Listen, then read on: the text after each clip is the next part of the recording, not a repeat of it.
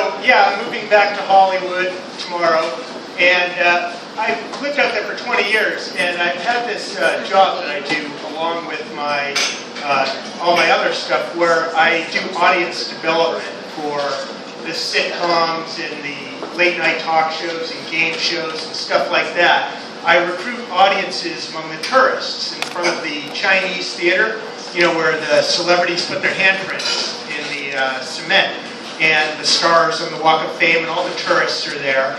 And I'd be out there every day, you know, for years with the superheroes, like the people that dress up in the costumes, like you'll see like 3 Captain Jack Sparrows and Spider-Man and Wolverine and Michael Jackson impersonators. And a lot of these people, they can't have an office job. They're like total sociopaths. They're like freaks, you know?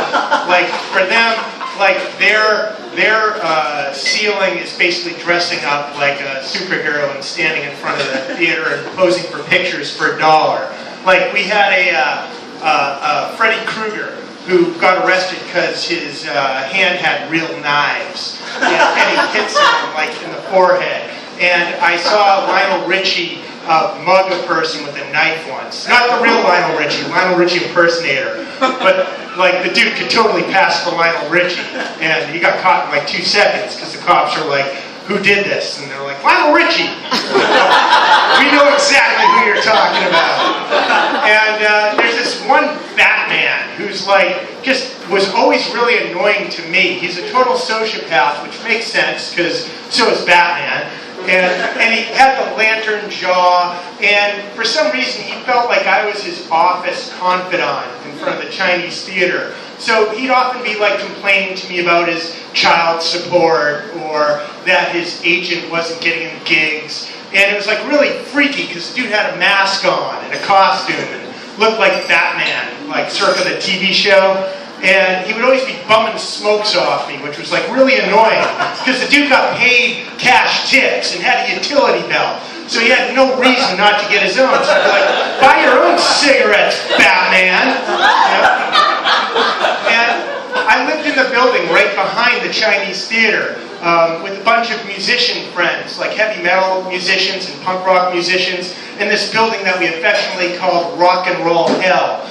And one day, one of my buddies, Bryce, he's this tattoo artist for the death metal elite, specializing in demon women with like horns and fangs and like large, perfect breasts. And he's like just this amazing tattoo artist. And he's out there talking with me and my buddies on the forecourt, and this surly Batman, he's posing for a picture with a tourist, and his shtick is he has this cape, and he goes, and he like holds it up for the picture, but the cape has like umbrella strands in it to hold it together. And while he's posing for this picture, one of the umbrella strands hits my buddy Bryce, and Bryce is a little bit aggro, so he turns and he says, "Hey, Bat Freak, watch what you do with that fucking cape. If you hit me again, I'm gonna kick your ass." So Batman's like, "Oh, sorry, just posing for a picture. Sorry about that." And goes back to the picture, and Bryce and I go back to our conversation, and all of a sudden Batman like jumps my buddy Bryce, just like boom, knocks him on the ground, so he's like laying right on Barbra Streisand's star, has no idea what's going on, and then Batman goes, you know? And so Bryce gets up, and he sees Batman, and he goes, "Batman, I'm gonna fucking kill you!" So Batman turns and runs for his life. And he's like, bumps into a palm tree, and he's like brushing aside tourists with the cape flying behind him. And Bryce is like, "That's right, Bat Freak, you better run!" And so Batman doesn't come around for a while. And but back at Rock and Roll Hell, we're giving Bryce a really hard time because, you know, he got his ass kicked by Batman, you know? And how many opportunities do you get to fuck with someone like that? So, like, every time we'd be, like, smoking pot, like, when you want to make someone cough, you'd just be like, "I'm Batman." Batman beat up Bryce. So Bryce is like getting like really fed up with this, and he knows that I know Batman. So he pulls me aside in the apartment. He says, "Scott, you've got to tell me, who is Batman?" And I'm like, "I can't tell you." Because that would be like a total dick thing to do. And because you can't, like, break the code of the superhero, giving up the alias so Batman can get his ass kicked at my office.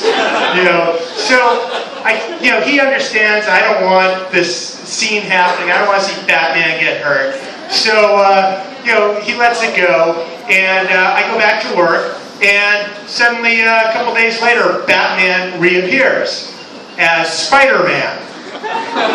And Bryce, but I know it's him, because he's complaining about child support, how his agent sucks, and he's got a lantern jaw, And so Bryce decides to come out and find Batman himself. So he walks up to Spider-Man and he says, "Spider-Man, you've got to tell me, who is Batman?"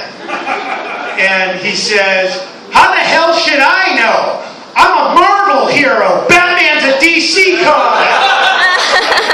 So Bryce gets really pissed and he just decks Spider-Man. And he's out with a sack of corn, sack of wheat laying on Eddie Murphy's handprints. And I'm like, "Bryce, we got to get out of here because you're going to get arrested." So we book around the corner and we head back to rock and roll hell. And I say to Bryce, "How did you know that Spider-Man was Batman anyhow?" And he said, "He was? Good. I fucking hate those superheroes." Thank you very much.